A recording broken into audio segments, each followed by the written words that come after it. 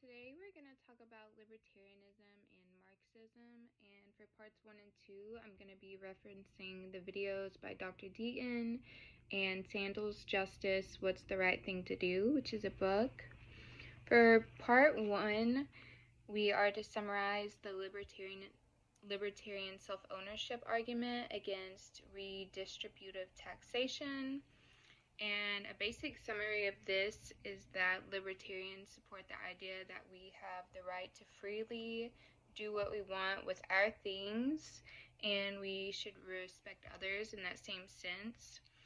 They are in opposition of any kind of government regulation of what someone works for. So if someone makes $30 million, that is their $30 million. The government should have no part in that, and the money that they earned should not be taken away to share to others.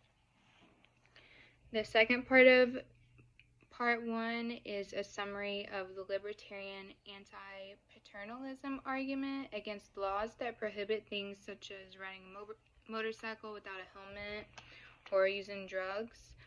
And a basic summary of this is that the government shouldn't try to regulate risks that an individual is willing to take. So if someone wants to go out and do drugs, as long as they are not harming any third party, they are welcome to do that. If somebody doesn't want to wear a helmet, as long as they know that they're responsible for the accident and the money involved with that, then that's okay. There's a bug, sorry. But the government shouldn't try to micro-regulate everything that somebody does. And part 2 is identifying a critique of libertarianism covered in the video by Dr. Deaton. And the critique that I identified was that the decisions we make impact others. So if I'm kind of using the same example or a similar one as Dr. Deaton, but if you wanted to become a crack addict, it will affect those around you, your kids, your spouse, your coworkers, and you will not be contributing to the well-being of a society. And I also noted that the critique is fatal because third parties can be harmed or negatively affected, and that doesn't align with the libertarian view. Part 3 is a summary of the Marxist alienation view and the exploitation view. And for this, I referenced the Marxism chapter from, I can't say his name, I think Kim Licka, and also Dr. Deaton's video. And a basic summary of the Marxist alienation view is that the capitalist system creates a greedy, materialistic environment in which people are profited off of.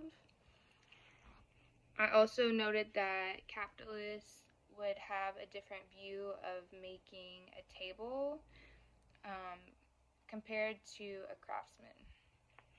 And then the Marxist exploitation summary is that capitalists take unfair advantage of the working class in a form of theft. So by just investing or owning a company, you are unfairly making money off of machines or people doing the work. Part 4 is, I'm going to refer back to a print-off. We were to explain Professor Mass' response to the Marxist argument for public ownership of the means of production, and then argue whether that response works. So for this, I said that Dr. Deaton's response was that it relies on a quasi-libertarian conception of property rights, and that doesn't align with the Marxist principle to each according to their needs. Also said that by giving or putting production into public hands, that is converting to democratic control, and that also does not align with the Marxist view because of taxation.